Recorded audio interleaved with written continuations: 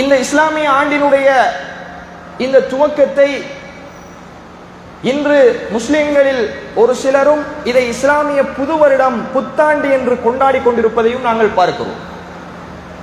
பல பாடசாலைகளில், மதரசாக்களில், இன்னும் பல அலுவலகங்களில் இஸ்லாமிய புத்தாண்டு என்று ஒரு கலாச்சாரம் ஆரம்பிக்கப்பட்டு கொண்டாடப்பட்டு கொண்டிருக்கிறது. எப்படி ஆங்கில புத்தாண்டு ஜனவரி 1ஆம் தேதி உலக நாடுகள் அனைத்தும் கொண்டாடுகிறதோ, எப்படி இந்துக்கள் தங்களுடைய சித்திரை புத்தாண்டை கொண்டாடுகிறார்களோ, அது மாதிரி ஒவ்வொரு வருடத்தினுடைய துவக்கத்திலும் முஹர்ரத்தினுடைய 1வது அந்த தினத்தை இஸ்லாமிய புத்தாண்டாக முஸ்லிம்களும் கொண்டாடுவதை நாம் பார்க்கிறோம். கண்ணியத்துக்குரிய சகோதரிகளே, இது எங்களுக்கு இஸ்லாம் காட்டக்கூடிய வழியா? இப்படி ஒரு கொண்டாட்டம் இஸ்லாமிய புத்தாண்டு இஸ்லாத்தில் இருக்கிறதா என்று கேட்டால் இல்லை என்பதுதான் உண்மை.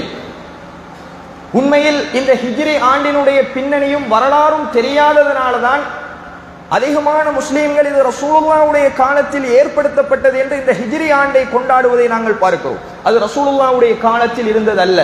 அதனுடைய வரலாற்றை நான் சுருக்கமாக உங்களுக்கு பின்னாடி சொல்லி காட்டுகிறேன்.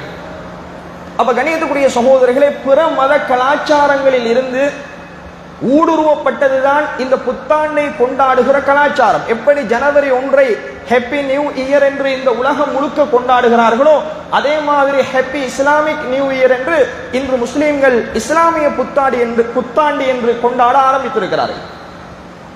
ஆனால் இஸ்லாம் எங்களுக்கு காட்டிய கொண்டாட்டங்கள் 2 தான். ஒன்று ஈதுல் ஃபித்ர், இன்னும் ஒன்று ஈதுல் அல்ஹா, நோன்பு பெருநாள், ஹஜ் பெருநாள்.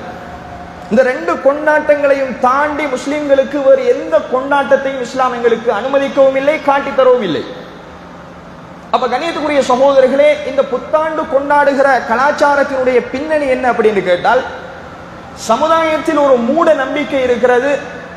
வருடத்தினுடைய துவக்கத்தில் 1வது நாள் அதை கொண்டாடி நாங்கள் மகிழ்ந்து சந்தோஷமாக இருந்துவிட்டால் அந்த வருடம் முழுவதும் அவர் சந்தோஷமாக இருப்பார் என்கிற ஒரு மூட நம்பிக்கையின் பிரகாரம் தான் உலக வழக்கில் இந்த கொண்டாட்டங்கள், புத்தாண்டு கொண்டாட்டங்கள் நடைபெறுவதை பார்க்கிறோம். ஜனவரி 1ஆம் தேதி ஒருவர் பட்டாசு கொளுத்தி இனிப்பு சாப்பிட்டு சந்தோஷமாக இருந்து விட்டால் டிசம்பர் வரைக்கும் அந்த வருடம் முழுவதும் அவர் சந்தோஷமாக இருப்பார் என்கிற ஒரு மூட நம்பிக்கை. இதை இஸ்லாம் சொல்கிறது சாத்தியமே இல்லை.